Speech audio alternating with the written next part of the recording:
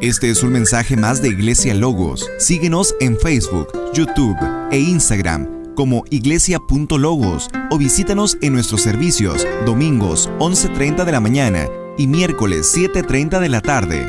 Estamos en Avenida Sanders y Eje Vial Juan Gabriel, en Ciudad Juárez, Chihuahua. Iglesia Logos, creados para alabanza de su gloria. El tema es: la muerte no lo retuvo. Así tenía que ser. Es el único que podía vencer la muerte. Es el único que venció la muerte. Y es el único que le puso ese freno a la muerte. Y ahorita vamos a ver todo lo que el Señor nos dice en estos 3 versículos. Dice el verso 22: varones israelitas, escuchen estas palabras. Jesús Nazareno, varón aprobado por Dios entre ustedes, con las maravillas, prodigios y señales que Dios hizo entre ustedes por medio de Él, como ustedes mismos saben. Varones israelitas, hombres de Israel, escuchen estas palabras. ¿Cuáles palabras? Una vez más, tal y como en el verso 14, Pedro alza la voz. Nos dice el verso 14, ahí del capítulo 2 de Hechos. Y dice a la multitud: esto les sea notorio. Pongan atención, es lo que está diciendo Pedro. Lo que el Espíritu Santo está trayendo, lo que Dios está enviando. Y escuchen mis palabras. Y les vuelve a repetir aquí en el 22, escuchen estas palabras. ¿Cuáles palabras? Las que profetizó Joel, inspirado por el Espíritu Santo. Las palabras del profeta Joel, capítulo 2, verso 28 en delante. Eso es lo que está sucediendo, eso es lo que está aconteciendo, lo que les está diciendo Pedro. Todo lo que están viendo, eso es, ¿qué es? Un derramamiento del Espíritu Santo manifestado en lenguas. Número 2, sueños, visiones y profecías, que fue lo que vimos la semana pasada. Número 3, señales, prodigios en la tierra como en el cielo, con referencia a la segunda venida de nuestro Señor Jesucristo. Una invitación a invocar el nombre del Señor, y todo aquel que invoque del Señor, dice, será salvo.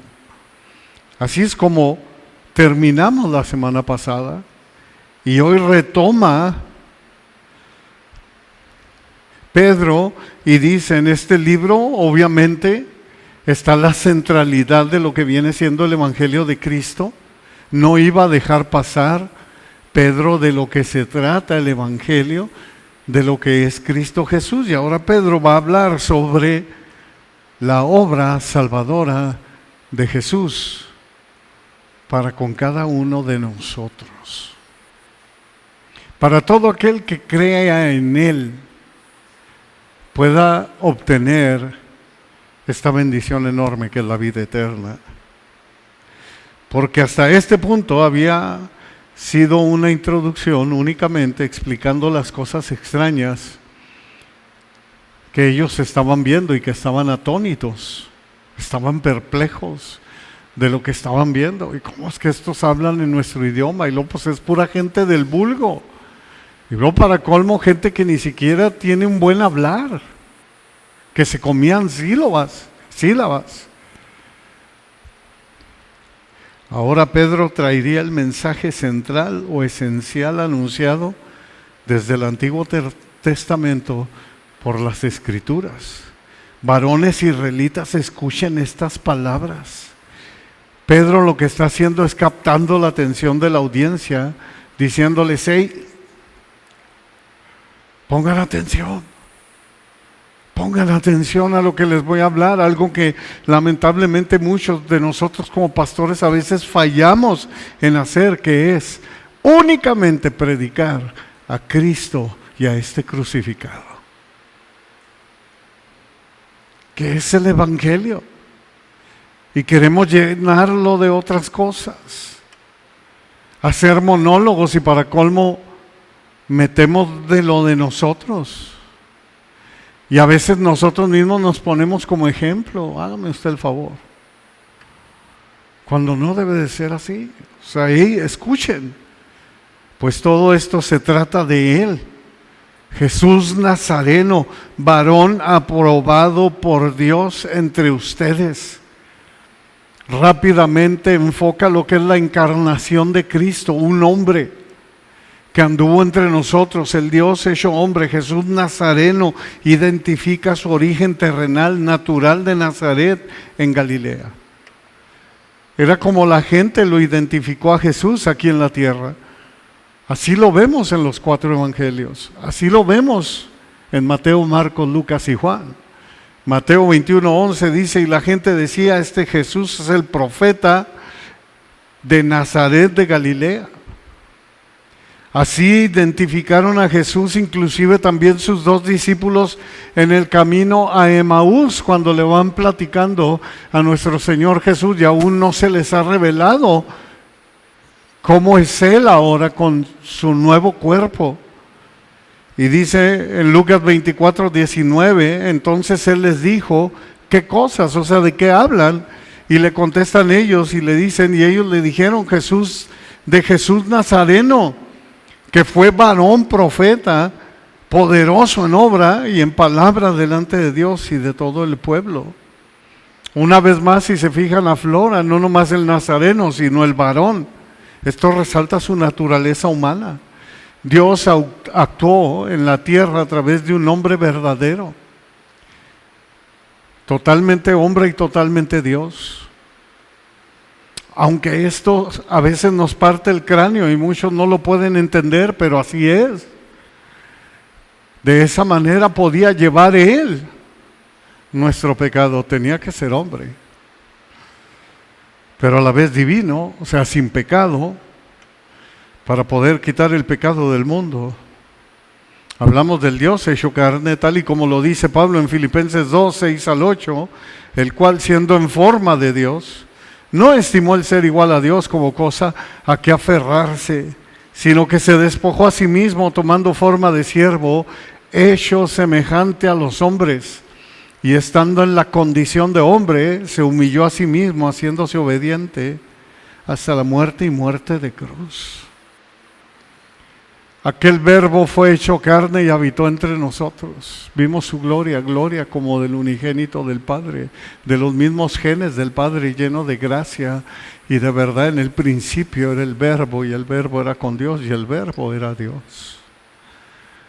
La encarnación de Cristo, rápidamente Pedro lo introduce como tal, aprobado por Dios. Significa acreditado y confirmado por Dios, indica que el Padre le otorgó toda autoridad divina y su sello de aprobación. Por eso ahí mismo en Filipenses 2, pero en los versos 9-11 dice, por lo cual Dios le exaltó hasta lo sumo y le dio un nombre que es sobre todo nombre, para que en el nombre de Jesús se doble toda rodilla de los que están en los cielos y en la tierra y debajo de la tierra, y toda lengua confiese que Jesucristo es el Señor, para gloria de Dios Padre. Todos, absolutamente todos, caeremos de rodillas y declararemos que Jesucristo es el Señor. Así el ateo más grande caerá de rodillas declarando que Jesús es Señor. Algunos para perdición y otros para salvación, pero todos se van a doblar, aún los mismos demonios.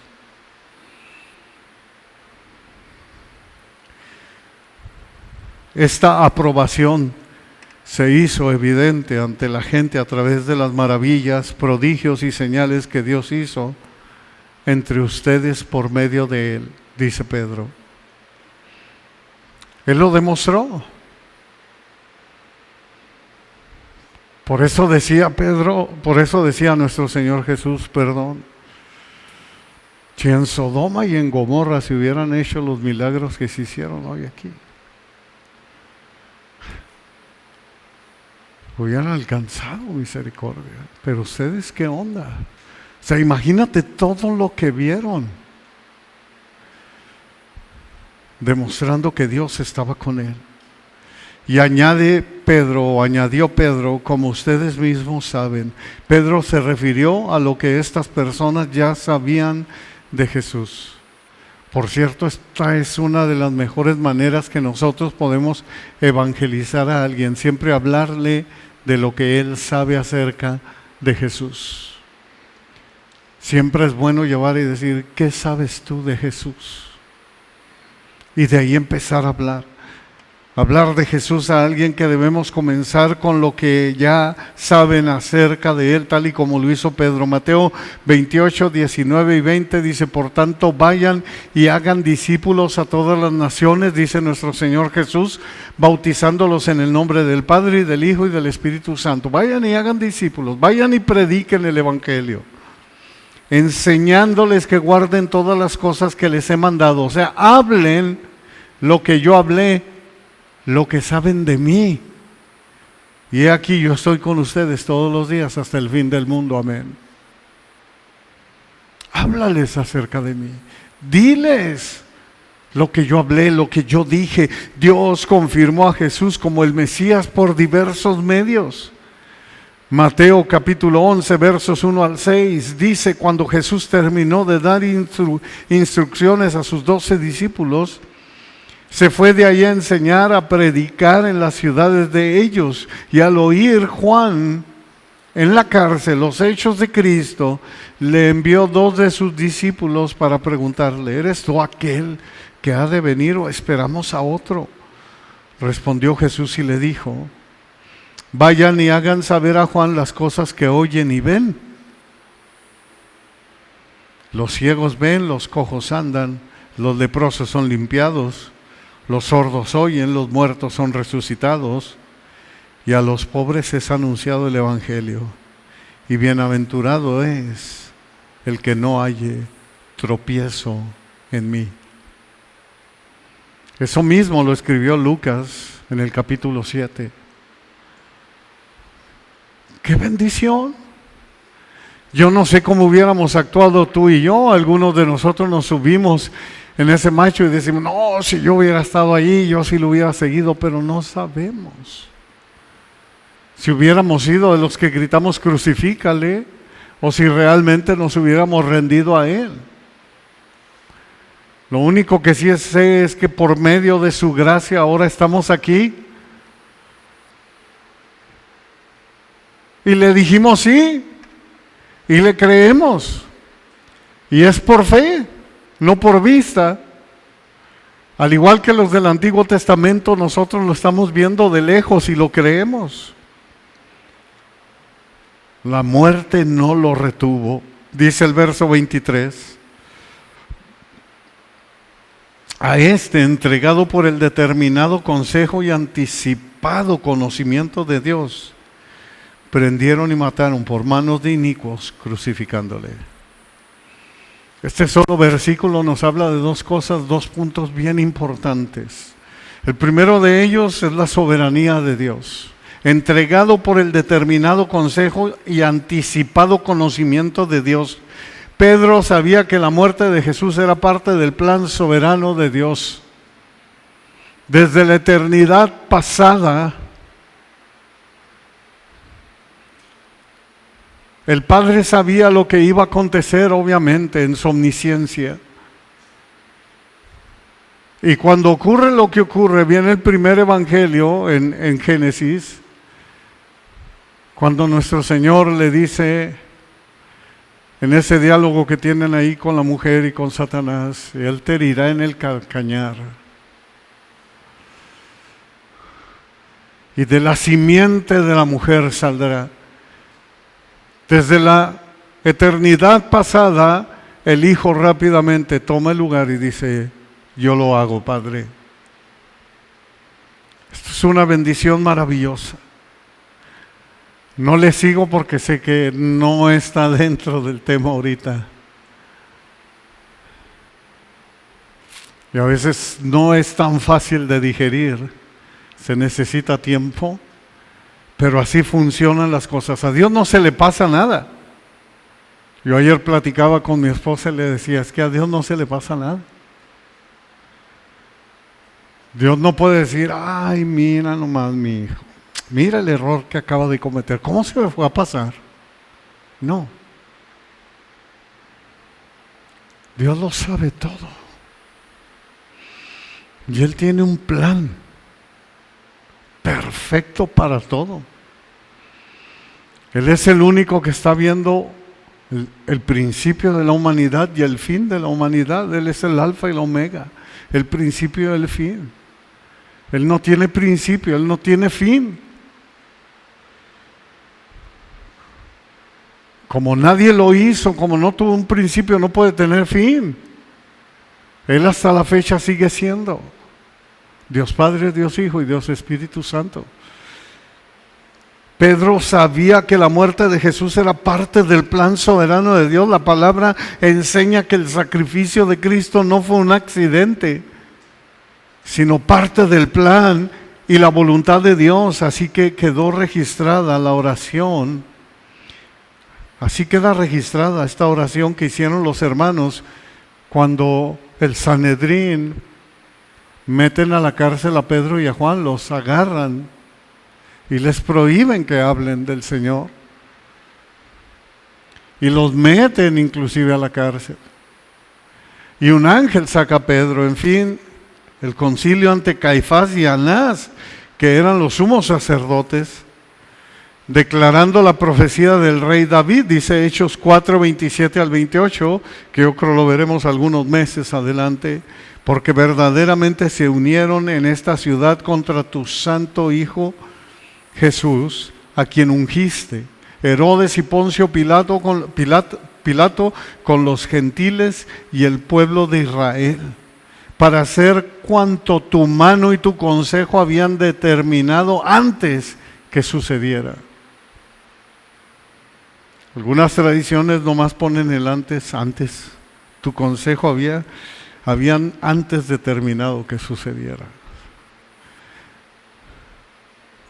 Todo fue por medio de Él mismo. Nuestro Señor Jesucristo afirma que el Hijo del Hombre iba a su muerte según lo que ya estaba determinado. Lucas 22, 22 dice, a la verdad del Hijo del Hombre, palabras de nuestro Señor Jesucristo, va según lo que está determinado, pero ay de aquel hombre por quien es entregado.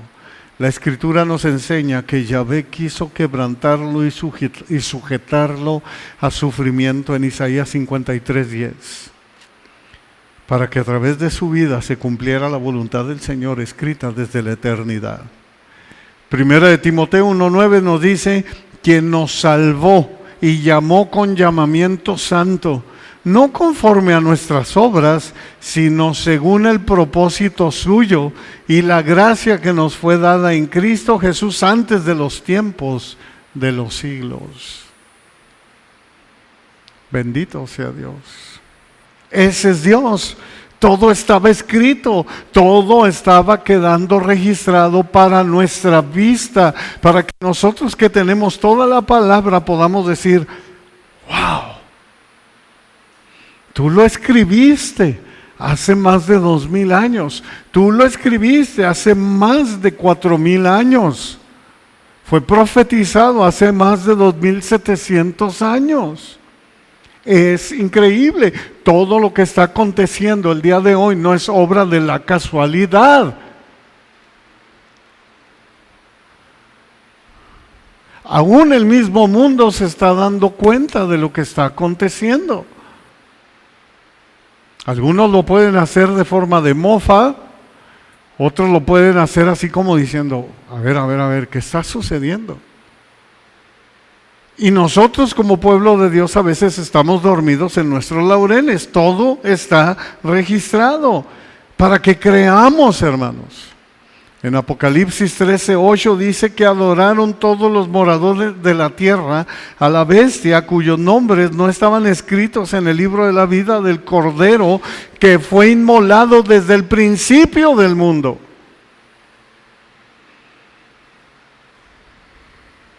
Desde antes de que iniciara el mundo. Todo por el designio del soberano Dios. Pero si prestaste atención a lo que nuestro Señor Jesucristo dijo, era necesario que esto aconteciera, pero ay de aquel por el que acontece. Esta es la segunda parte. Vemos la soberanía de Dios y segundo, no se quita la culpa del hombre. Pero a pesar de la soberanía de Dios, no les quita la responsabilidad a aquellos que lo rechazaron y pidieron su ejecución. Aquellos que incitaron las acciones de las manos de los inicuos. Tal vez por eso en Números 14:18 podemos leer cuando dice Moisés: Yahvé tardo para la ira y grande en misericordia. Y muchos de nosotros nos quedamos ahí y decimos amén. Mi Dios es bueno, tardo para la ira, grande en misericordia. Sí, Dios es peace and love. Pero no es así, o sea, sí es así, pero a la vez no es así. Dice que perdona la iniquidad y la rebelión, aunque de ningún modo tendrá por inocente al culpable. Que visita la maldad de los padres sobre los hijos hasta los terceros y hasta los cuartos. Una vez escuché a uno de otra religión llamada Testigos de Jehová decir: no, es que el infierno no existe, porque Dios no es tan malo como para enviar a alguien al infierno. Es que Dios no lo va a mandar, el que te mandaste fuiste tú. Tú escogiste ese camino. Ancho y espacioso es el camino que lleva a la perdición, dice el Señor. Y angosto, chiquitito es el que lleva a la vida eterna, y pocos son los que lo hallan, pocos son los que entran por él. Tú eres el que no quieres escoger. ¿Por qué? Porque no crees. Dios no exime de culpa a quienes provocaron la crucifixión. Por eso nuestro Señor dijo: a la verdad el Hijo del Hombre va según lo que está determinado, pero hay de aquel hombre por quien es entregado. Hoy en día hay algunos que te dicen que Judas se salvó. Mentira, aquí está. Claro que todos nosotros quisiéramos, el mismo Señor dice, que todos procedan al arrepentimiento. El problema es que la gente no quiere nada con Él. No quiere nada con Él. Y Pedro dice de manera contundente: prendieron y mataron por manos de inicuos, crucificándole. Pedro no se acobardó en decir: ustedes crucificaron al hombre que Dios envió. Su primera preocupación no era agradar a la audiencia. El primer mensaje registrado en la palabra de Dios, la primer predicación, Pedro no estuvo preocupado por el qué dirán. Él se apegó a la palabra y punto. Guste o no guste, así dice el Señor por medio del profeta Joel, dice. Y escuchen mis palabras. Voy a hablar a través del Espíritu Santo. Eso es lo que está haciendo Pedro, porque son ellos los únicos que han quedado registrados y que son nuestra base, los profetas y los apóstoles. El Antiguo y el Nuevo Testamento siendo la principal piedra del ángulo Cristo. Desde Génesis hasta Apocalipsis es Cristo. Todo habla de Cristo y todo nos lleva a Cristo. Tal y como escribió también el apóstol Pablo a los Gálatas, Gálatas 1:10. Pues, ¿busco ahora el favor de los hombres o el de Dios? ¿O trato de agradar a los hombres?, dice Pablo. Pues si todavía agradara a los hombres, no sería siervo de Dios. ¿Cómo hemos cambiado? ¿Cómo hemos cambiado? El Pedro lleno del Espíritu Santo era un hombre diferente. Ahora, al Pedro que le había negado 3 veces. Y la última vez lo hizo hasta con maldiciones. Le salió la carnota a Pedro. Yo creo que si nos pasan esa película en el cielo, cuando estemos ahí, el Señor va a poner pip, pip, pip, cada vez que habló Pedro. Y es cuando Cristo se le queda viendo fijamente. Y Pedro ve a Cristo, canta el gallo. Dice Pedro, ya la regué. Lloró amargamente, se sintió muy mal. Ahí estuvo el arrepentimiento. Ahora es totalmente distinto. Es valiente, lleno de poder del Espíritu, con dominio propio, predicando la palabra, instando fuera y fuera de tiempo, redarguyendo, reprendiendo, exhortando con toda paciencia y doctrina, como le dice Pablo a Timoteo. La muerte no lo retuvo. Y por último el verso 24, al cual Dios levantó sueltos los dolores de la muerte, por cuanto era imposible que fuera retenida por ella. Al cual Dios levantó, a Cristo levantó. La iniciativa divina, siempre es Dios el que toma la iniciativa, siempre es Dios el que toma el primer paso. Nosotros le amamos a Él porque Él nos amó primero.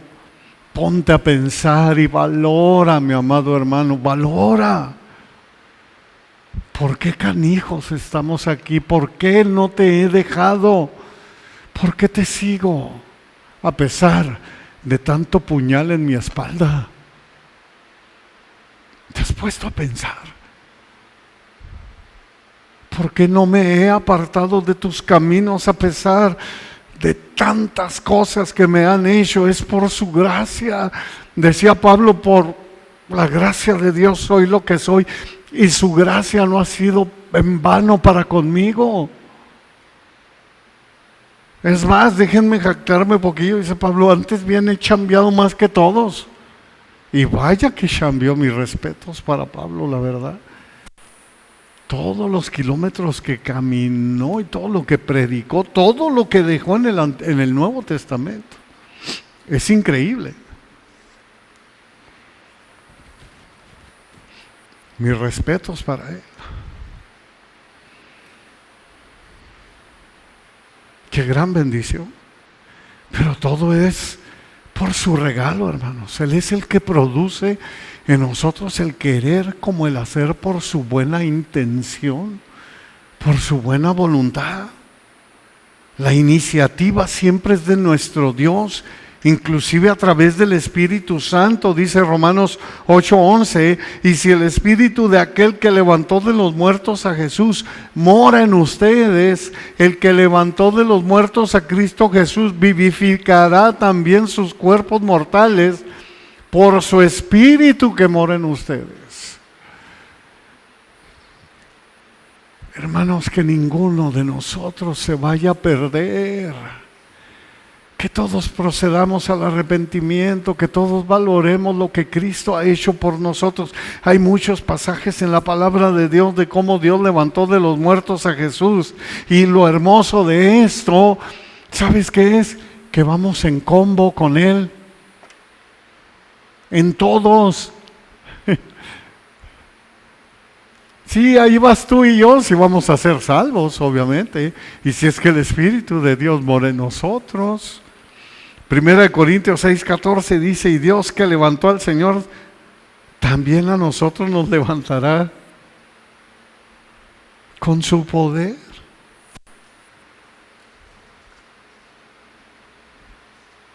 No sé tú, pero yo me emociono con esto. Y siempre le digo al Señor, no se te vaya a olvidar. Claro que Él no olvida. Aunque tu madre te olvide, Él no te va a olvidar, dice el Señor. Sueltos los dolores de la muerte, Prestemos atención, en la frase dolores de la muerte, la palabra dolores en el original significa literalmente dolor de parto. Lo que está diciendo aquí significa que el fin del sufrimiento estaba a punto de pasar, o pasó. Obviamente nosotros ya lo estamos viendo y también en ese tiempo ya había pasado. Está marcando el final de los dolores de la muerte, no más muerte, como escribió Pablo en Corintios. 1 Corintios 15, 53 al 55, porque es necesario que esto corruptible se vista de incorrupción y esto mortal se vista de inmortalidad, y cuando esto incorruptible se haya vestido de incorrupción y esto mortal se haya vestido de inmortalidad, entonces se cumplirá la palabra que está escrita: sorbida es la muerte en victoria. ¿Dónde está, oh muerte, tu aguijón? ¿Dónde, oh sepulcro, tu victoria? Ya no existe, ya no está más. ¿Gracias a quién? A Cristo Jesús.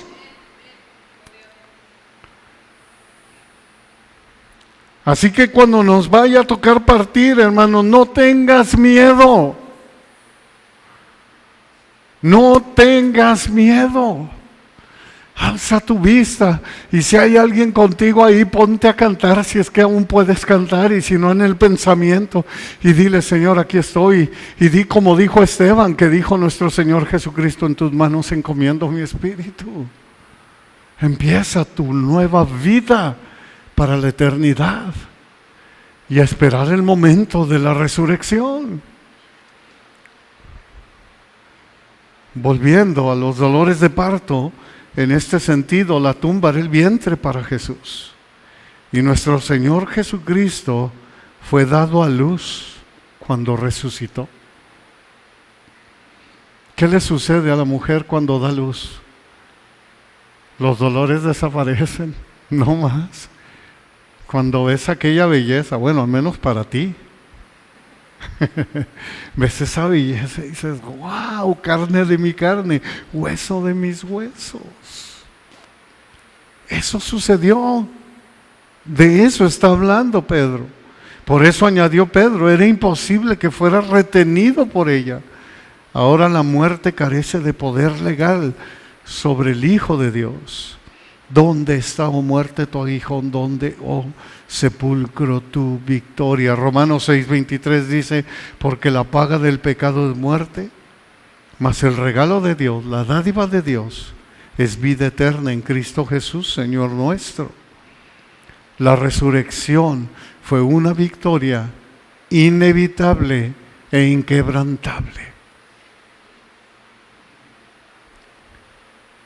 Pedro sabía que Jesús no podía ser retenido por la muerte, como se explica proféticamente en la siguiente cita. David lo veía y lo escribía. Mira lo que dijo David, Salmo 16:10: porque no dejarás mi alma en el Seol, ni permitirás que tu santo vea corrupción. Seol en hebreo, Hades en griego. Era imposible que Jesús permaneciera víctima del pecado. Obviamente se iba a levantar, Él iba a triunfar sobre ello, e iba a exhibir públicamente a todos los que lo ejecutaron. Ellos creían que lo iban a exhibir a Él, pero no, Él los estaba exhibiendo a todos. Por eso dice la palabra: en Él no había pecado. Era imposible que el elegido de Dios permaneciera en las garras de la muerte. En resumen, este versículo es el núcleo, es la esencia, es la centralidad del primer sermón del apóstol Pedro en Pentecostés. Declara que tras la crucifixión, Dios resucitó a Jesús. En este pasaje se afirma que era imposible que la muerte retuviera a Cristo, estableciendo su victoria sobre la tumba. Y ahora te pones a pensar, cuando Cristo le dijo a Marta: no te he dicho que si crees verás la gloria de Dios. Hablando de la resurrección, en Juan 11, 25, 26, Y Jesús les dice, y nos dice a nosotros, hoy en esta tarde, yo soy la resurrección y la vida. El que cree en mí, aunque esté muerto, vivirá. Y todo aquel que vive y cree en mí no morirá eternamente. ¿Crees esto? ¿Realmente, hermanos, creemos? ¿Realmente estamos valorando lo que la palabra de Dios nos está enseñando? ¿Realmente estamos valorando la muerte, resurrección y el derramamiento del Espíritu Santo como lo vamos a ver en la iglesia del primer siglo? ¿Estás valorando, estoy valorando lo que Cristo hizo por mí? Porque no lo merecíamos, ninguno de nosotros. No somos mejores que los que están afuera. Es por su gracia, es por su amor, es por su misericordia. Y si nosotros creemos eso, debemos anhelar que nuestros amados vengan al arrepentimiento para poder pasar juntos una eternidad con nuestro Señor Jesucristo. Debemos doblar rodillas y decir: Señor, salva a mi hijo, salva a mi hija, salva a mi mamá, salva a mi papá, salva a mi tío, salva a mi abuela, salva a quien tú quieras que Él salve, salva a mi cónyuge, sálvalos. Pero debemos creer. Decía Santiago, el hermano de nuestro Señor, porque el que se acerca a Él debe creer que Él es real, que le hay, y que, ¿sabes qué? Es galardonador de los que le buscan. Y aunque Él ya lo sabe todo, tú no. Entonces debemos de acercarnos: Señor, sáname. Señor, sálvalo, porque no sabemos lo que Él sí sabe. Y a Él le gusta que nosotros nos acerquemos a Él sabiendo que Él nos escucha, que Él es real. Nos dice nuestro Señor Jesucristo hoy en esta mañana a través del Espíritu Santo: ¿crees esto? Amén. Vamos a